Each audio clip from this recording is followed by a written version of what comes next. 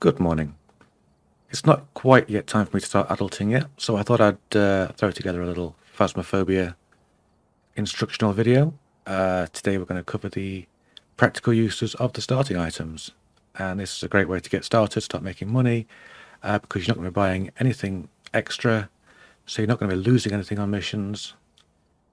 And this really is an introduction to ghost hunting for those people who are a little unsure, because I've been hunting recently and found a lot of new players who may have done the tutorial but didn't quite fully grasp all the concepts, or just didn't do the tutorial and jump straight in. That's fine. Some people don't ask questions and they don't know what they're doing. Some people ask questions and that's fine. I think some people might be embarrassed that they don't know what they're doing. Either way, let's jump straight in. So before you've even started, you want to be going into your audio settings from the whiteboard. Your microphone should be in this list here. If it's not in the list, you can come out of here, go into your control panel, into your sound settings, make sure it's set to default in your sound settings. This is different for different versions of Windows, so have a look on the internet on how to do that. Once you've got your microphone on the list and selected test, give us a sign. There you go, we heard you. So that's the speech recognition set up properly. It's very important because the microphone itself is a tool to use when you're ghost hunting. You have a few daily challenges. They're not incredibly important. Perhaps you can put the money there towards something later on down the line. Your daily challenges you'll normally complete without even trying them, except perhaps the Reach Zero Sanity trial. The first thing to do is to make sure you've got a job that is within your limitations. The street houses, Tanglewood Street and Edgefield Street House, I think are the best ones if you're a new player. That's intermediate, perhaps don't want that. Tanglewood Street, intermediate. There we go, recommended team size 1, recommended items none, so that is your starting items. Small 3-bedroom, single floor house with a basement. So single floor is great, that'll be nice and quick. We'll do that. And ready up. And let's start with just the basic items. Alright, we're here. Take a look at the equipment and prepare accordingly before starting the investigation. I've also written some notes on the whiteboard if you need them. New intel. Reports of light switching. Possibly harmless, but be careful out there. Okay, that extra intel is quite useful. Sometimes you can have a ghost which is particularly aggressive, and that'll be something you're informed about before you go in. Our ghost name is Lisa Garcia, and she responds to everyone. So first of all, if we were in a group, it wouldn't matter how many people were in the presence of the ghost. The ghost would respond to stimuli. We can use the name Lisa Garcia to get the ghost's attention, but it will make her aggressive. So we're going to try and avoid that. Optional objectives are a great way of making money. We've got 3, which we can't do with the starting items here. The detect a ghost presence with a motion sensor, detect a room below 10 Celsius with a thermometer, or cleanse the area near the ghost using smudge sticks. We don't have any of that equipment with us, so we're not going to be doing that. That's fine. This is just to take you through the basic equipment. Sanity, we'll get to that later. Map of the house. This is the ground floor. The green box with the lightning in it, right in the center of the screen there. That denotes the breaker box for the fuse. Where you see a red line, we've got a window, and where you see a green line, we have a door. Also check out this switch. Here's the basement. Okay, probably go into the basement first because there's often a ghost there. Sound sensors we're not going to be using in this particular video. They are very useful. We'll get to those in a later video. And total activity is something we're going to use to measure how much the ghost is ramping up, which will help us to detect certain times to do things. We're going to take a flashlight. This is the basic flashlight. This isn't great. but it has its uses. We will take the EMF reader. This is one of two primary detection devices, the other one being the thermometer, which we don't have because it's not basic kit. Okay, we've also got passive hunting equipment in the form of the book. So we'll come back later. Before you go out, always make sure someone's grabbed the key, especially if you're somewhere like the high school where it's quite a walk to get to the front door. Whack the button.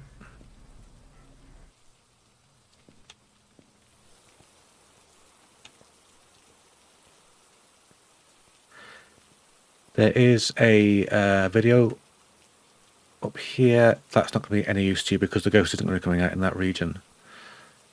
Let's check out the house. Okay, we want to keep sanity up. Let's turn that on. Let's keep sanity up, which avoids hunts. You're going to want to stay in the light. As you can see, I'm holding a torch, so I'm not actually in the light, I'm shining a light. If you turn on too many lights, you're going to blow the breakers. So just light up your thoroughfares, keep the rooms dark. And we'll hunt around with our primary detection device here, our EMF reader. We're just going to wait for a second light to light up. Something fun for you, if people don't already know about this. Wait until everything's quiet and you've got some friends in the room or in the next room and select the toilet. If the ghost doesn't flush the toilets, that'll really confuse people. There are also vocal commands we can use. We have a bone in this bedroom. Okay, we're not going to collect it right now. The bone is worth some money, but it's worth more money if we don't collect it right now. We will come back later to deal with that. So the first three rooms look clear. We've got no activity there. Okay. Something just moved. And something creaked. Which means we have a door somewhere that has been moved. Let's have some lights. Okay. I'm not seeing a door that's been moved at the moment. The ghost does take a little bit of time to get active, which means we may have already missed our EMF in the first few rooms. We'll go back and check those if we can't find any evidence. There you go, there's our breaker box in the carriage. This is often a good spawning spot for a Ouija board. The other one really is in the basement. House keys don't seem to do much, if I'm honest. The car key is handy. If the ghost decides to set off the car alarm, then having the car keys will allow us to disable that alarm. Creaking sounded very similar to what we heard earlier, didn't it? Okay, anything of interest down here? No. Oy, that made me jump. I just find the basement very creepy for some reason. I'll turn it off because I don't think we need the power drain on the house. Close that. Okay, flashing lights. The ghost has become active. And it's starting to work away on our sanity. So here it is. It's in this hallway just here. EMF 2, we'll drop that down there. That can... there we go. So I've already got some information. That was brilliant. That often takes longer. Before you access your journal, which I believe is J on keyboard. Oh, look, we've already got some things thrown around as well. You should go outside. Just on the safe side. Head to your back page. There's our first piece of information there. You normally need 3 pieces of evidence, but there are some ghosts you can nail on 2 pieces of evidence. We're going to take that camera with us. And we're going to set up a camera. So we've got a photo camera, we've got a video camera. We're going to use them both. These are both going to be worth some money. Let's show you what we're going to do here. Get our torch back on. So first things first, he's attacking the sanity again. We'll take a photo of that. We had a bone, didn't we? Take a photo of the bone. And then collect the bone.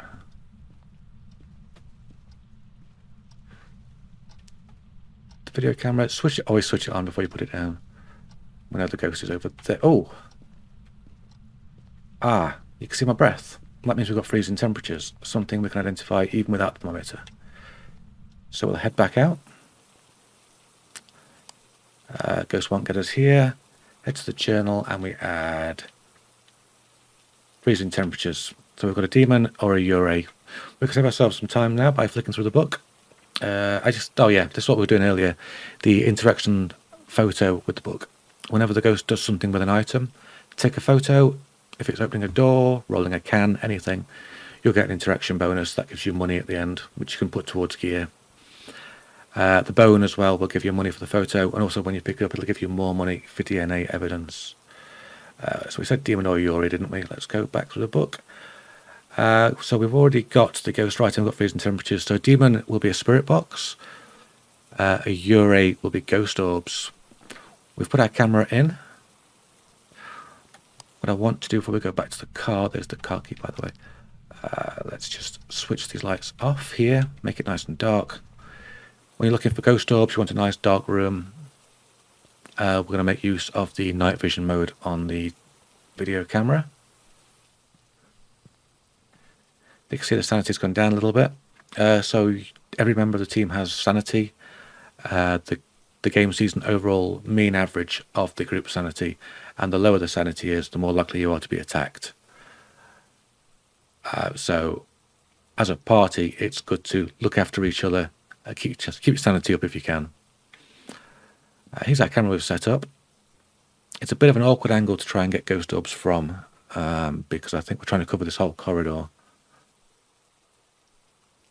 But I'm not seeing anything here. So what we will do... Oh, was that a ghost orb? Right in the centre of the screen? Yeah, we've got ghost orbs. Okay.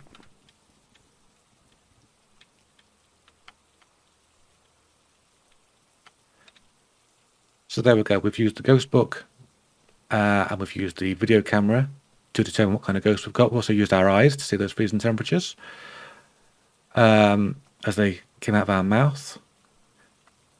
We've got two interaction pieces, the book and the bone.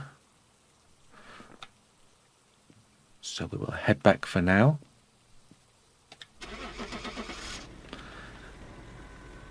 We'll get some of that sweet, sweet money.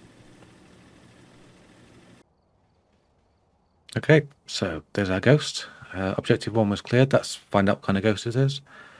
We have photos, we have bone evidence. I'm not quite sure what we got insurance for. We didn't lose anything. But that's okay. A little extra money. A little bit of experience. So that's great. So what we learned so far is that the EMF reader is a primary detection item. The book is a passive detective item. The camera, you have to look for yourself. That's like an active detection item. And also you can listen. You can look. There are plenty of YouTubers out there who will go out and they will do these hunts without equipment. They'll perhaps just take a candle or a flashlight, because once you're experienced enough, you will learn the signs. You'll learn to look what to look for. Let's see what jobs we've got then. Okay, so if you're looking at making money fast, Asylum is not a good idea. As you can see, a recommended team size of 4. Asylum is huge. That is the biggest drawback when it comes to making money with it. Asylum is, however, very good on Pro, because often you'll have many, many pieces of evidence you can work with, particularly photo evidence, lots of dirty water sinks, such like, which is pretty good. Brownstone High School is a medium map. Again, it's a lot of walking. Not great if you're trying to make money fast at an early level. But again, once you're up to Pro, you can have lots of evidence. Ringing phones to photograph. You're going to have dirty water sinks again. So that's pretty good when you're at higher level. Tanglewood Street would be nice. But it's a Pro, so it might actually kill me before I get to demonstrate the gear. If I was going in with a full complement of equipment, then yeah, I would probably take that. So we'll go to the Ridgeview Roadhouse, 2-story 4-bedroom house. It recommends a thermometer. Obviously, we're just doing the basic gear, so I'm not really going to demonstrate that, or am I? Yeah, let's demonstrate it, because I think perhaps the thermometer should be the first thing that you purchase. Really. I don't think it's expensive either. Let's check it out. The thermometer, it's $30. So off the back of a single mission, which you can easily do with a group, even if you die, you'll still have enough money for your thermometer. So we'll throw that in.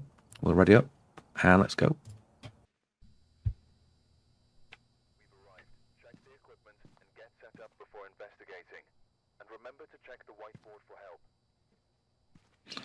Okay. Nothing to report, but it looks like whoever was here left in a hurry. Okay, no real solid intel there. Kenneth Thompson should respond to everyone.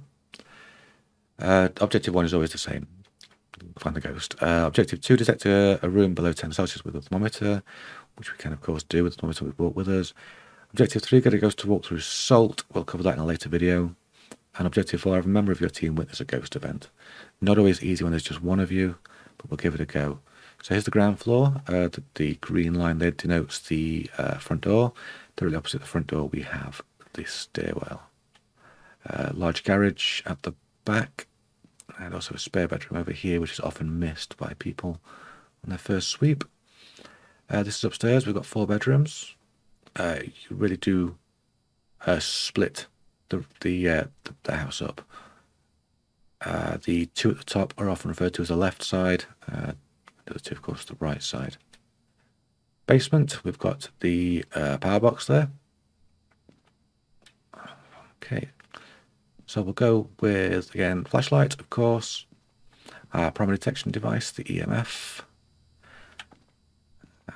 passive detection device, the book. Remember to take the key, or you won't be able to get in the house.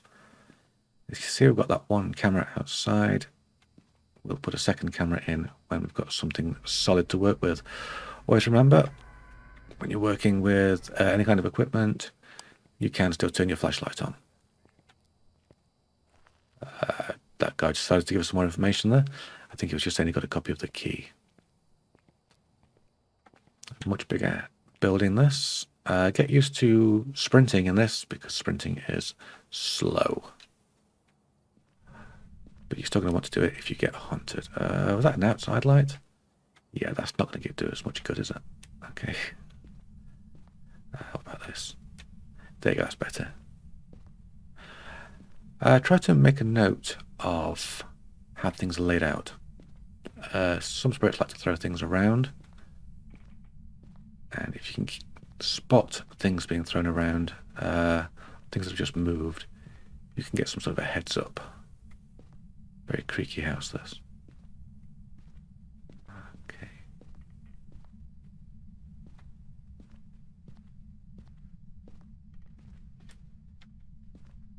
Oh. That's interesting. The power's out already. Now we know that the power is downstairs in this house. Let's go take a look.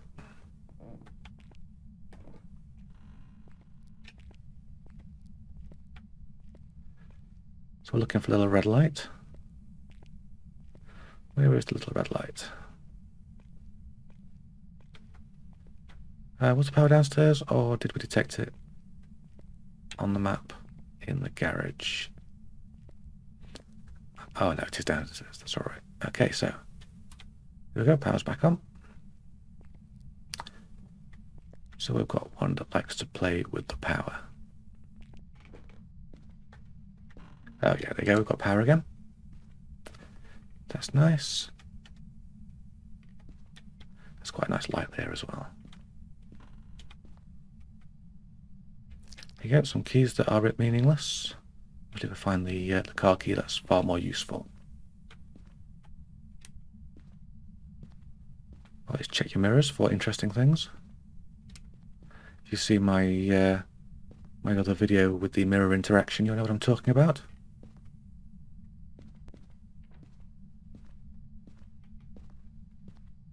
Someone's having a lot of fun with those. We should have a light switch at the end here. Okay, any doors open? No, I've got a light for this area. Oh.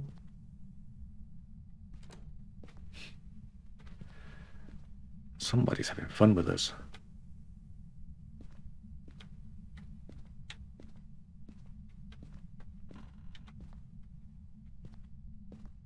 Okay, bathroom. We've got a power's gone again. Somebody's really toying with us.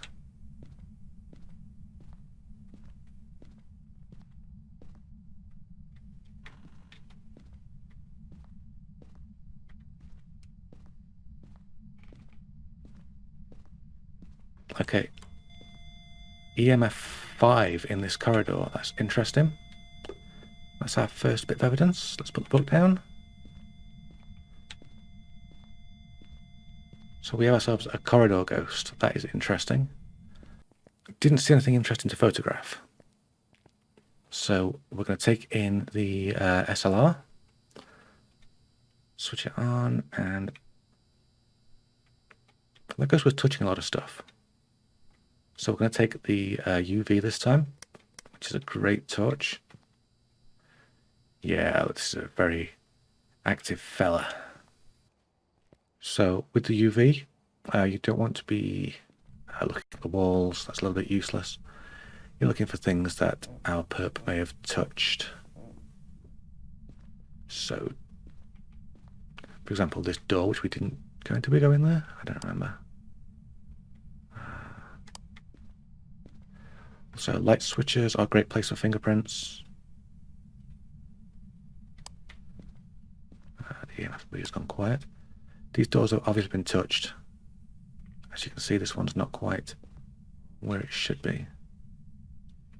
But we don't have any fingerprints on it. So this probably isn't going to be a fingerprint evidence. All the same, let's drop this down here. Look for a good place to put the camera, perhaps at the end of the hall here. Switch it on, turn it. Somebody's behind us, playing games. We've got no gear, so let's go back to the van. We're going to check for orbs, and we're going to load up with some more gear. As things progress, if we struggle to get evidence, we will come back and we'll check again with the UV, because our spirit will have had more time, or our ghost rather, will have had more time to touch things. Very, very active, this one. It's very good. It's hitting my sanity, which is interesting. Oh, I left the UV light on. But that's fine. We should still go to spot ghost orbs. Any orbs? Any orbs at all?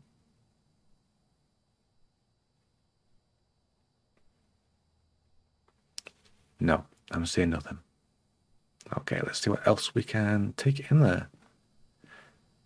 Our only other two pieces of starting equipment are the digital camera and the spirit box. And the spirit box really is one of the reasons you need to have your mic set up for this game. If your mic's not set up, you're actually missing a vital piece of detecting equipment. Another trick, when you've got a group, you have the camera right at the start of the hunt, or mission or contract, whatever you want to call it. Take a nice little photo. This will of course appear in your journal. So the entire team will then have access to that. They can just keep referring to it. Ghost box, much easier when there is just one of you. Because generally it is something that is responded to more when there's only one person around and when the lights are off. Obviously if your torch is off, you don't know if the ghost is hunting. There is a little trick with that. Still doing things in here. Okay. If we turn our torch off, we can still see the UV torch is on. Except that starts to blink. There's a hunt in progress. Did we check the book? The book is clear. He's here. We can just ask some nice friendly questions to the ghost, like, how old are you? When you do this, you do it in the local chat. which is if you've got push to talk on, just use push to talk. Where are you? Can you speak? How old are you? Write in the book. This one is particularly good, but could be a little bit scary. The next one. Give us a sign. Yeah, it moved something then. I don't know what it was, but it moved it. Oh! Oh, it did something. It moved something. Are you here? Where are you? If you're not getting a response from the box straight away, drop it down. And when your party's talking in local chat, it might respond randomly. Where are you?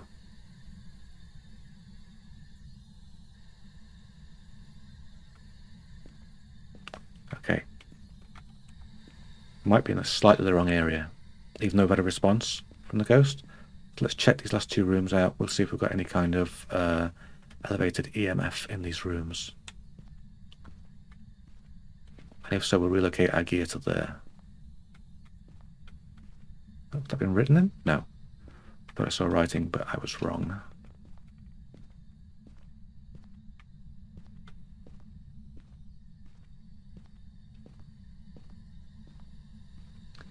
Where are you? How old are you? Good to keep checking. I am going to use a thermometer to nail down the location of the ghost. Let's check out what that says. So in theory that should drop when we get to the hall. So there you go, those 11, 12. Oh, that was minus 11, but that may have been a glitch. You see, minus 11 would be freezing temps.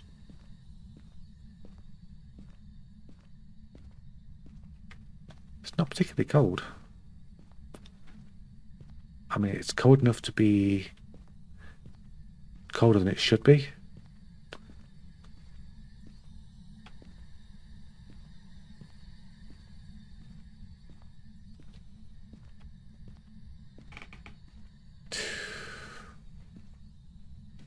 I see this room, freezing temperatures. So we could have seen that with our breath. So we're going to relocate our things. We thought it was in the corridor. It's not. It's in here. Drop that on the bed. There we go. Let's check for fingerprints with the UV light.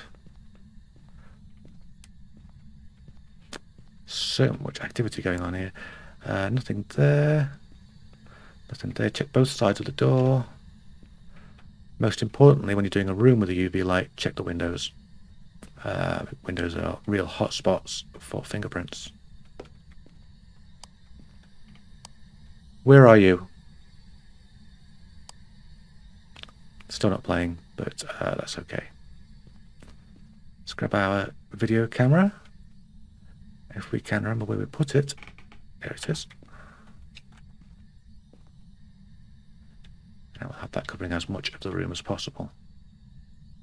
Although, that's covering the bed. What we want is somewhere where the ghost could actually stand. It's not going to spawn on the bed. We've got a phone down there, which means it's been throwing things in here. It's also been trying to close the door on me. Did we bring anything else in? I don't think we did we? Oh, we got the EMF reader. Do we have EMF in here? Not yet, despite the freezing temps. I just want to land it so I can see the lights. Oh, that'll do. Okay, we can go now and check again for orbs. And we can update our journal. Okay, we didn't have spirit rocks. We had EMF 5 earlier. We've now got our freezing temperatures. So this is a phantom or a banshee. Let's see what the evidence says about phantoms and banshees. Banshee, we could also be looking at fingerprints. Phantom, we could be looking at ghost orbs. Okay, so let's check for orbs. We couldn't find any fingerprints, so we'll check for orbs.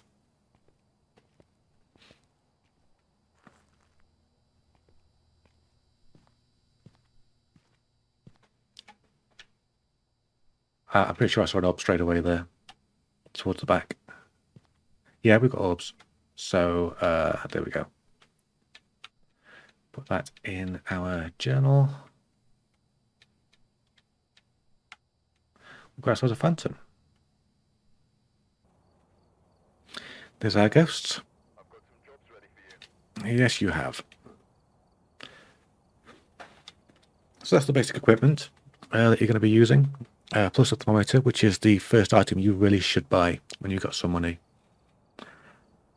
I know we didn't really get to see the fingerprints. We will get back to those another time, because I'm going to be doing a video on how to make lots of money using interactions and the camera. Until then, like if you like, subscribe if you want, and if not, I'm not going to hold it against you. Bye-bye for now.